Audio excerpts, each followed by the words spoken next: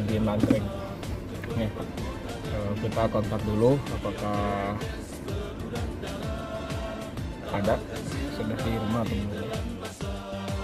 Bismillahirrahmanirrahim. Assalamualaikum warahmatullahi wabarakatuh. Sahabat iman yang dimuliakan Allah Subhanahu wa taala.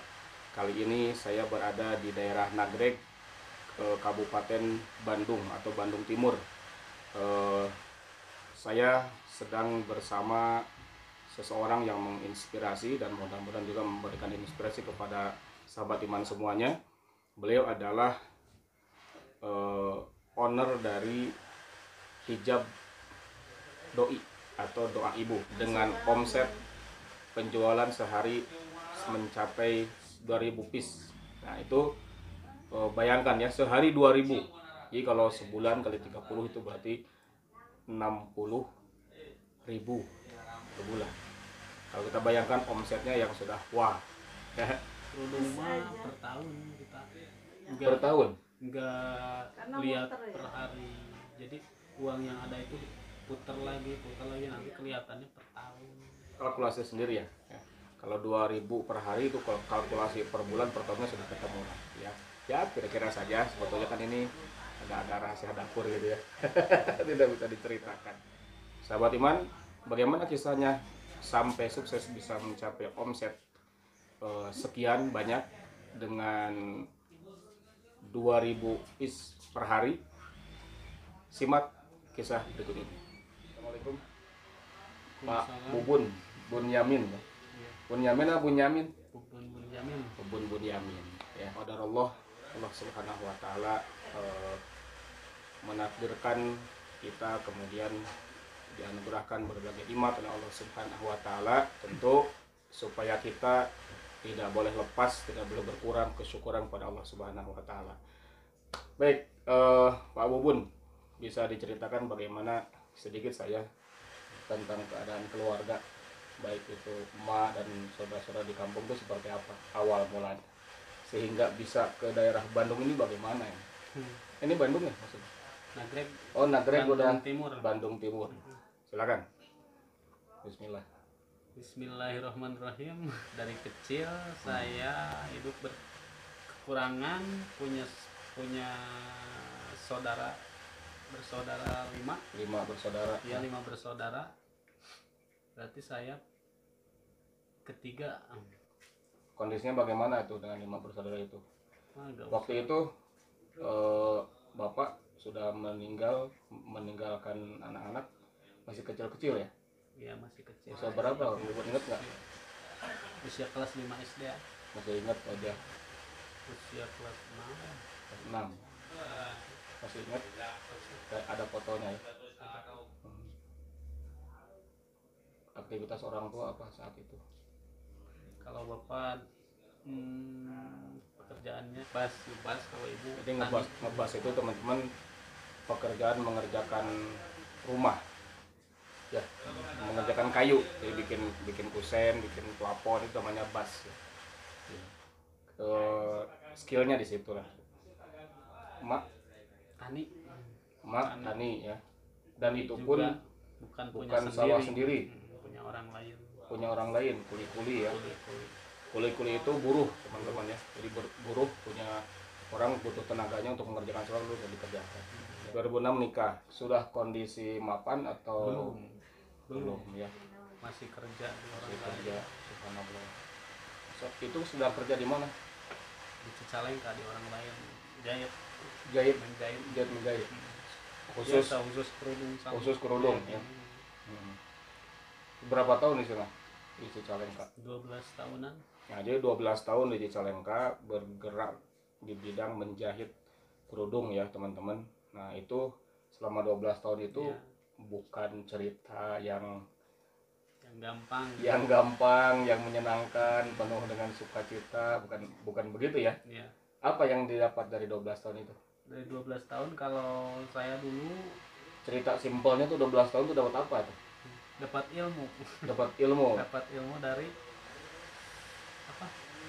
pengalaman dijahit, otomatis di pasaran, itu kan kerja sama orang lain tapi sambil dagang juga gitu.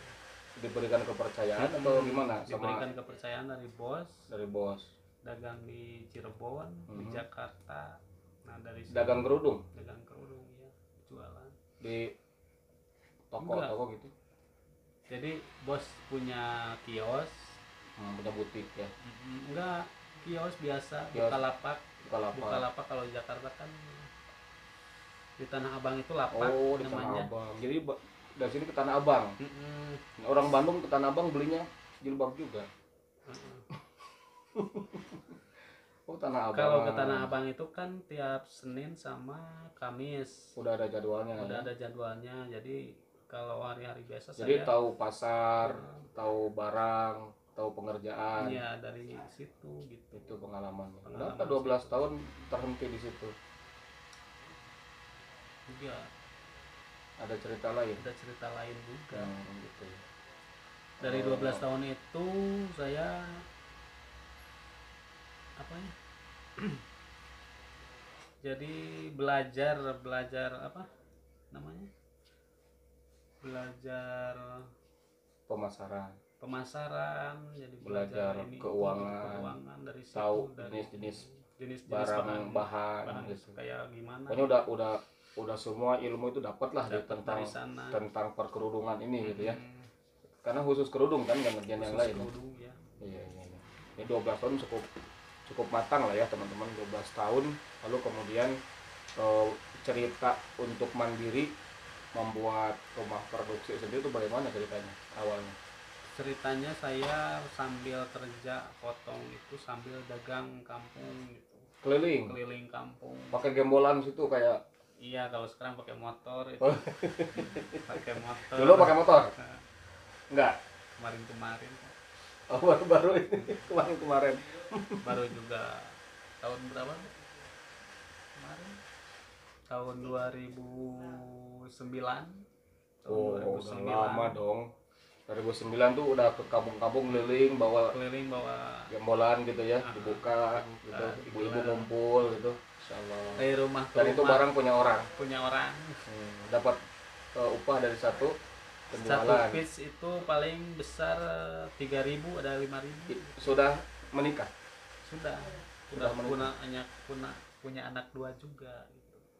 Sudah punya anak 2, itu masih terus berjuang di situ. Terus berjuang di situ gitu. Nah, dari kampung saya coba ke pasar, ke Sukabumi, jadi masukin dong ke pasar gitu. Nah, dari Sukabumi mentok juga. Mentok karena keuangannya, dari pembayaran nggak lancar. Itu padahal masuk barang ya. Masuk barang punya kita sendiri gitu. Sudah produksi sendiri. Baru punya orang juga. Kalau dari ke Sukabumi punya orang juga. Masih punya orang. Masih punya orang. Iya. Ini jadi mandirinya itu bagaimana itu? Mandirinya gini, sewaktu ke Sukabumi yang bos itu gak bisa ngasih, saya berpikir nggak bisa menuhin pasar. Nggak bisa menuhin pasar, gimana caranya gitu? Kita punya barang tapi bisa konsumen bisa keisi juga gitu. Kenapa tidak bikin sendiri? Nah gitu. Oh, tapi merek beda Pak pastinya. Enggak, itu branding beda. Dulu mah belum punya merek. Mereka biar nge-branding sendiri di sana gitu. Oh, ya jadi polosan lah ya. Iya. Daripada nggak ketutupin itu peluang pasar udah pasti minta gitu ya, dan bahan ilmunya udah dapat, kenapa nggak bikin sendiri? Nah gitu.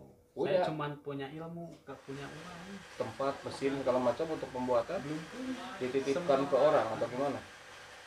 Saya bahan dari kepercayaan orang. Pengerjaan di luar, di Maklun, jadi di Maklun dipotong sendiri, langsung di Maklun. Nanti itu dikerjakan sama orang lain, diupahkan lagi, nanti udah barang masuk ke kita. Baru kita kirim. Diolah di sini. Dapat laba, baru kita berpikir beli mesin. Ya gitu. Ini mesin beli atau beli semua? Jadi dulu pernah di sini deh berapa? 2. Berawal dari 2 mesin. 2 jahit, obras 1. Ya teman-teman, subhanallah ya, itu perjuangan dan pertaruhan, bukan nekat sebetulnya tapi terukur ya, pasarnya pasti dan sudah biasa ngisi ke situ karena tidak terisi oleh bosnya perusahaan yang di Cicalengka itu. kemudian berpikir bikin sendiri dan berawal dari tidak punya bahan, tidak punya modal, tidak punya mesin, ya. Ini modal kepercayaan dan dimaklunkan itu dipotong sama kita, kemudian dikerjakan sama orang, gitu ya. Nanti diupahkan per potongnya. Itu awalnya dari situ, kemudian punya mesin 2, subhanallah. Oke, Kang Ubun sudah punya berapa mesin sekarang? Hampir 32-an. 32 ada di berapa tempat? 3 tempat. Di sini 3 berarti 4 tempat sama yang di sini. Di sini sama di Ponyo dekat terus di sini, Babakan, di Babakan, terus di Garut.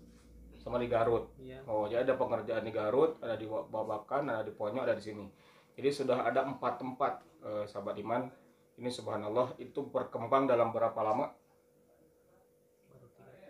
Dalam 3 tahun. Subhanallah. Dan satu hal yang sangat menarik, kunci daripada kesuksesan beliau bukan hanya perjuangannya, bukan hanya perjalanannya, tetapi kalimat dari beliau adalah kepercayaan, mengikat dan memegang kepercayaan atau disebut dengan trust. Betul ya? Iya. Jadi Kepercayaan nomor 1. menjaga kualitas, gitu ya, sebisa mungkin supaya konsumen puas dengan pengerjaan Iya. kita. Iya. Sudah punya brand sendiri ya? Iya, Doa Ibu. Nah, sudah punya brand sendiri, Doa Ibu. Nah, sekarang namanya singkat jadi Doi. Doi itu ya, Doi kalau bahasa kita Doi itu adalah apa ya, idola kali ya. Doi ya idola. Doi itu idola atau yang kita cintai. Sesungguhnya yang beliau cintai dari kalimat Doi ini adalah ibunya, gitu. Jadi membuat merek di branding menjadi Doa Ibu. Jadi kalau sahabat iman boleh di searching di Google, ya. Itu brandingnya adalah Doi. Itu adalah singkatan dari Doa Ibu. Di Doi, di plastiknya, di luarnya itu ada tulisannya Doa Ibu, ya. Nah itu sudah pada dikenal karena sebarannya ini sehari harus produksi berapa nih dari semua pemesan ini? Oh, sekarang alhamdulillah hampir 100-an per hari. 100 pieces. Iya. Enggak, 100 kodi. Sebentar. Saya bingung nih teman-teman. 100 kodi per hari dikerjakan dengan 32 mesin di 4 tempat. Berarti 100 kali 20. Tapi itu pun enggak kalau Diambil rata-rata lah kan ya. enggak, kalau ada yang sulit itu modelnya enggak nyampe segitu juga gitu. Paling 70, 60 kodi. Tapi juga rata-rata maunya ya 100. bingung saya ngitungnya kan. Ntar dulu ini jadi capaian itu 100 lah, rata-rata 100 kodi. Kalau ada yang sulit turun jadi 70, pasar gitu. 80 ya. Yang keinginan pasar itu terpenuhi lebih daripada 100 kodi, sementara kemampuan pengerjaan maksimal itu 100 kodi. 100 kodi itu berarti 100 kali 20 pieces. Bener nggak hitungnya? Iya. Berarti berapa?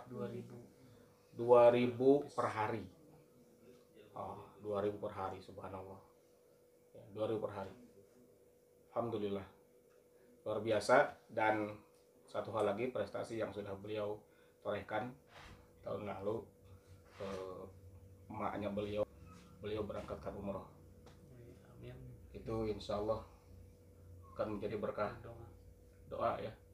Sungguhnya Kang Bubun ini ingin memuliakan ibunya, makanya namanya Doa Ibu. Ingin di sini saja, udah diam, gak usah capek, tinggal makan, istirahat. Tapi namanya Bibi luar biasa. Dan keikhlasannya, perjuangannya, kerja kerasnya luar biasa buat anak-anaknya.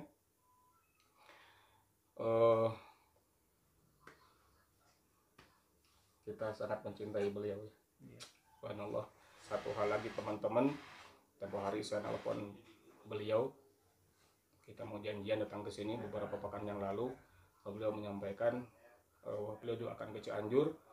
Saya tanya mau keperluan apa, mau ngambil porsi haji buat ibunya, memberangkatkan haji insya Allah, karena usianya juga sudah di atas, ya sudah termasuk manula gitu ya, walaupun masih seger, penampilannya luar biasa. Dan beliau akan berangkat haji insya Allah menurut rencana jadwal dari Kemenag itu 2023. gitu ya. Berangkat sama kamu Bun? Insya Allah. Insya Allah sama Mudah-mudahan Teteh ada rezekinya. semuanya. Enggak Oh, sama ibu dulu ya, sama ibu. nanti menyusul ya. Masuk. Baik, semoga itu semuanya adalah merupakan kunci daripada kita bukan hanya sukses di dunia. Untuk apa kita sukses di dunia kalau Allah tidak ridho, kalau orang tua tidak ridho.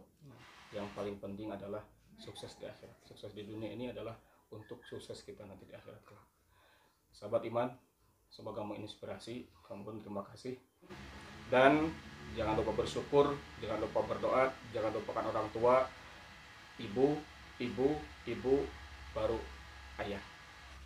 Ya, sudah tidak ada ayahnya. Semoga Allah Subhanahu Wa Taala, ini adalah merupakan amal jariah beliau, karena beliau dengan sabar sekali mengurus anak-anaknya. Semoga doanya terus mengalir sebagai amal jariah, menerangkan dan meluaskan di alam kuburnya, sehingga berkumpul dan kelak di surganya Allah Subhanahu Wa Taala. Terima kasih Kang Bubun telah menginspirasi, dan semoga sukses usahanya. Amin. Dilanjutkan, jangan patah arang. Terima kasih. Assalamualaikum warahmatullahi wabarakatuh.